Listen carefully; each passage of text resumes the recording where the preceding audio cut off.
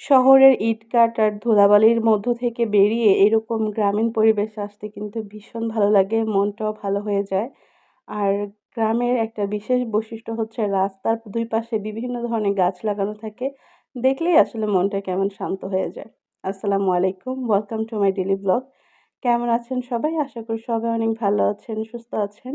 এটা আমার বেশ কয়েকদিন আগের ভিডিও, যখন আমি বাড়িতে গিয়েছিলাম এরকম রান্না করেছিলাম তখনকার ভিডিও ছিল। তাই ভাবলাম আজকে আপনাদের সাথে এই ভিডিওটা শেয়ার করি।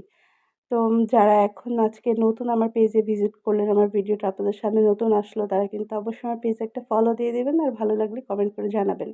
মাটির চুলার রান্না তো বরাবরই অনেক মজা হয়। যদিও একটু কষ্টসাধ্য, মাটির চুলায় রান্নাবান্না করা একটু কষ্ট হয়। তবে খেতে এটার স্বাদ অতুলনীয়।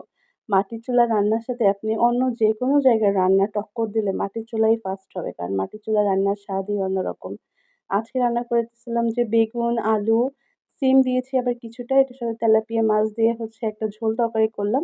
আর আমার মা করেছিল এটার সাথে করলা ভাজি। আমার মায়ের হাতে করলা ভাজিটা অনেক মজা হয়। আমার হাতে করলা ভাজিটা জঘন্য হয়। তো এখানে হচ্ছে আমি ঝোলটা ফুটে উঠছে মানে একদমই রান্না শেষের পর্যায়ে ধইন্যাপাতা কুচি দিয়ে দিলাম। একদম ফ্রেশ ক্ষেত থেকে তুলে আনছি ধইন্যাপাতাটা, সেটা দিয়ে দিলাম। আর এখন আরো কিছুক্ষণ জাল করে চুলা থেকে তরকারিটা নামায় নিব। তাহলে রান্না শেষ।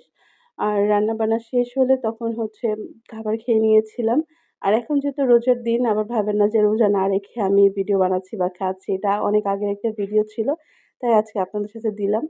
আর মাটির চুলায় যে রান্নার কালার, টেস্ট সবকিছুই অনেক ভালো লাগে। আপনি গ্যাসের সিলিন্ডারে রান্না করলে একরকম টেস্ট পাবেন, মাটির চুলায় একরকম। আর যদি ইলেকট্রিক চুলায় রান্না করেন সেটার কিন্তু টেস্ট একদম ডিফারেন্ট। তবে সবকিছুর টেস্ট কিন্তু হার মানায় দেয় মাটির চুলার রান্না। আর এই তো রান্নাবান্না শেষ করে মাও করলা ভাজি রান্না করে ফেলছে। আর এদিকে আমি হচ্ছে এই রান্নাটা করলাম। দেন হচ্ছে সবাই একসাথে খাবো। আর বাড়িতে গেলে ভালো লাগে কি সবাই একসাথে বসে মানে খাবার-দাবার খাই। আর গতকালকে শাক ভাজি ছিল, ওইটাও নিয়ে নিলাম। পরিবারের সবার সাথে বসে একসাথে খাওয়ার মজাই কিন্তু আলাদা। অল্প খেলেও পেট ভরে যাবে এবং আপনার মনটাও ভালো থাকবে। দেখা যায় অনেক মজার, মজার খাবার রান্না করে একা, একা খেতে কিন্তু ভালো লাগে না। আপনার যদি একটু শাক-ভাজিও হয়, সেটা যদি পরিবারের মানে যৌথ ফ্যামিলি হয়, অনেক মানুষ থাকে, সেটাই ভাগাভাগি করলে একদমই সামান্য পরিমাণ পাওয়া যায়। সেই সামান্য পরিমাণ শাক-ভাজিটাই কিন্তু অনেক মজা লাগে। আমার কাছে বরাবরই যৌথ পরিবার অনেক বেশি ভালো লাগে। কারণ আমার ছোটবেলা থেকেই আমার ফুপু, দাদি সবার সাথেই বড় হয়েছি। তো একা থাকতে আসলে অতটা ভালো লাগে না। এখনকার মানুষ দেখি একা থাকতেই বেশি পছন্দ করে। বাট আমার কাছে যৌথ পরিবার অনেক, অনেক পছন্দের একটা পরিবার। তো এই যে রান্না-বান্না করলাম আর অনেক কথাই আপনাদের সাথে বলে ফেললাম। আর এই তো আজকের ভিডিওটা এই পর্যন্ত রাখছি। সবাই ভালো থাকবেন। আবার কথা হবে নেক্সট ভিডিওতে। আল্লাহ হাফেজ। টাটা।